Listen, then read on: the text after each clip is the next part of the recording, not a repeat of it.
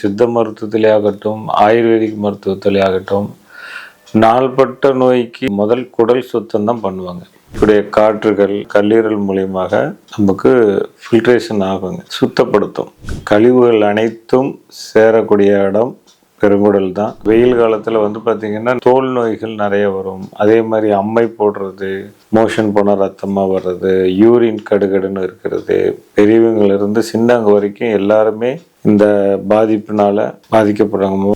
ஏன்னா பெரும்பாலான கழிவுகள் நீங்கள் உடம்பை விட்டு வெளியேறினாலே நோய் பாதி சரியாயிடுங்க.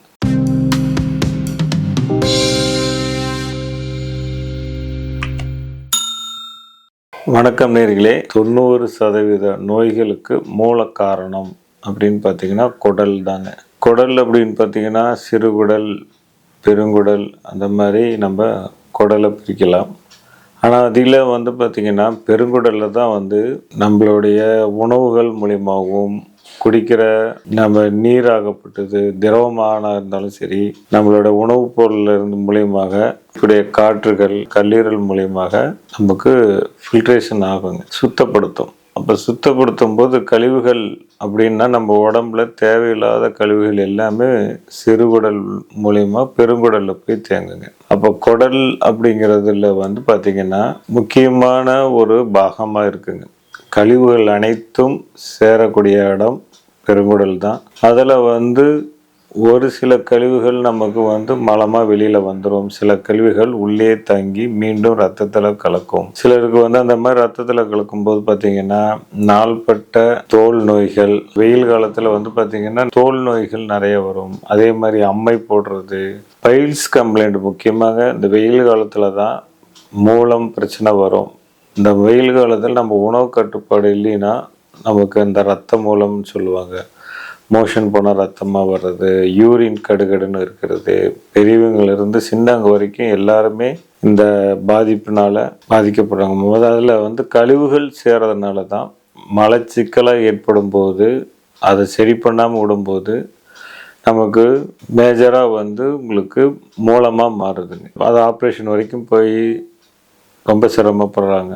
சிலருக்கு பார்த்தீங்கன்னா, சார் நான் மாதம் சுகர் மாத்திரை, பிபி மாத்திரை போடுறேன், பிபியே குறைய மாட்டேங்குது சார், வயிறு திம்முனே இருக்குது சார். செக் பண்ணால் 10 பேர்த்தில் இன்றைக்கி 8 பேர்த்துக்கு வயிறு பிரச்சனையாக இருக்குதுங்க. அந்த வயிற்றில் ஜீரண சக்தி கோளாறு நேராக குடலை தாங்க பாதிக்கும். வயிற்றுக்கும் பெருங்குடலுக்கும் சம்மந்தம் இருக்குது. முழுமையாக ஜீரணம் ஆகலைனாலே அது குடலை பாதிக்கும் அப்படின்னு அர்த்தம். எங்கள் சூஜோ கான்செப்ட் பிரகாரம் குடல் சுத்தம் ரொம்ப முக்கியங்க. அப்போ நேச்சுரலாக நம்ம மோஷன் ஒரு நாளைக்கு 2லேருந்து 3 தடவை போகணும், புரியுதுங்களா? இன்றைக்கி ஒரு தடவை போகிறதே சிரமப்படுறாங்க. அதுவும் இப்போ குழந்தைங்களே ரொம்ப பிரச்சனையாக வருது. இந்த மலச்சிக்கல் சார், மோஷன் போகவே மாட்டேங்குது அப்படின்னு நிறைய பேர் பாதிக்கப்படுறாங்க. நம்ம அதில் பார்த்திங்கன்னா பேதி எடுக்க சொல்கிறோங்க. சித்த மருத்துவத்திலே ஆகட்டும், ஆயுர்வேதிக் மருத்துவத்திலே ஆகட்டும், நாள்பட்ட நோய்க்கு முதல் குடல் சுத்தம் தான் பண்ணுவாங்க.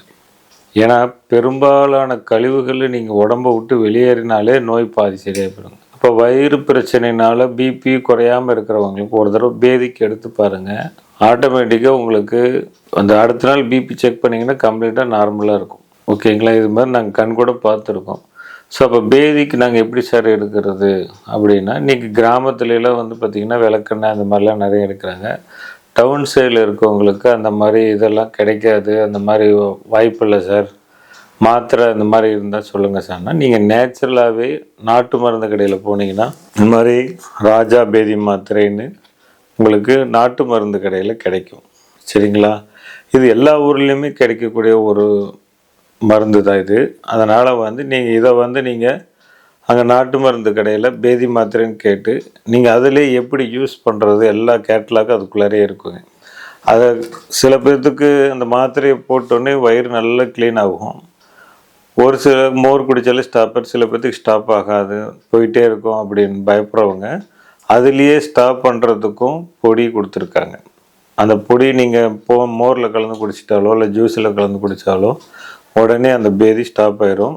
ஃப்ரெஷ்ஷாக இருப்பீங்க. அடுத்த நாள் பார்த்திங்கன்னா ரொம்ப ஒரு ஃப்ரெஷ்ஷாக ஒரு புத்துணர்ச்சியோடு இருக்க முடியுங்க. ஸோ அப்போ குடல் சுத்தம் பெரும்பாலான நோய்கள், முக்கியமாக தோல் நோய்கள், மலச்சிக்கல், ரொம்ப வயிறு உப்பசமாக இருக்குது சார், பிபியே குறைய மாட்டேங்குதுனாலும் நீங்கள் குடல் சுத்தம் அவசியம் செய்யணும். சரி, சூஜோக் முறையில் கலர் தெரப்பி, சீட் தெரப்பி, மேக்னெட்டில் என்ன மாதிரி வைக்கலாம் சார் அப்படின்னா, நீங்கள் மலச்சிக்கல் இருக்கிறவங்க இந்த மாதிரி ப்ரௌன் கலர் எடுத்து இந்த ஆள்காட்டி விரல், ஓகேங்களா, இந்த ஆள்காட்டி விரலில் ஒரே ஒரு கோடு போட்டிங்கன்னா போதும். இந்த மாதிரி டெய்லி போட்டுட்டு வாங்க. இந்த இடம் மலக்குடலுக்கு உண்டான பாயிண்ட், இந்த அப்படியே ப்ரெஷர் பண்ணிக்கிட்டே இருங்க. அதே மாதிரி இந்த இடமும் மலச்சிக்கலுக்கு உண்டான பாயிண்ட், இது எல்லாத்தையும் நீங்கள் ப்ரெஷர் பண்ணிங்கனாலே மோஷன் ஃப்ரீ ஆயிரும். சில பேர்த்துக்கு என்னென்னா, காலைல எந்திரிச்சோடனே 4-5 தடவை மோஷன் போகிறேன் சார், ஒரு மாதிரி பயம் வந்தாலே மோஷன் வந்துடுது, பதட்டம் வந்தாலே மோஷன் வருது, இந்த மாதிரி அடிக்கடி மோஷன் போகிறவங்க, அதாவது ஐபிஎஸ்ன்னு சொல்லுவோம், இரிட்டபிள் பவுல் சின்ட்ரோம். அவங்க என்ன பண்ணுன்னா, ஆள்காட்டி விரல் நகக்கண் ஓரத்தில், வெளிப்பக்கம் நகக்கண் வரும், ஒரே ஒரு வீட்டில் மிளகு இருந்தால் வச்சு கட்டிக்கலாம், இல்லைன்னா ஸ்டார் மேக்னெட்னு சொல்லுவோம், இந்த ஸ்டார் மேக்னெட்டை வச்சு நீங்கள் கட்டிக்கலாம். இந்த மாதிரி கட்டும்போது அடிக்கடி மோஷன் போகிறவங்க, வயிற்று ஓட்டம் அதிகம் இருக்கிறவங்களுக்கு இந்த தீர்வுங்க. ஒரே ஒரு மிளகு வச்சு கட்டலாம், இல்லைன்னா ஸ்டார் மேக்னெட் வச்சு கட்டினீங்கன்னா, அடிக்கடி மோஷன் போகுது அப்படின்னா இந்த பாயிண்ட், ஒரே பாயிண்டில் சரியாயிருங்க. நாள்பட்ட பெரும்பாலான நோய்களுக்கு பேதி எடுக்கணும். மலச்சிக்கல் இருக்கிறவங்க அவசியம் பேதிக்கு எடுத்து உங்கள் குடலை சுத்தம் பண்ணிங்கன்னா உங்கள் நோய் சுத்தமாகும்.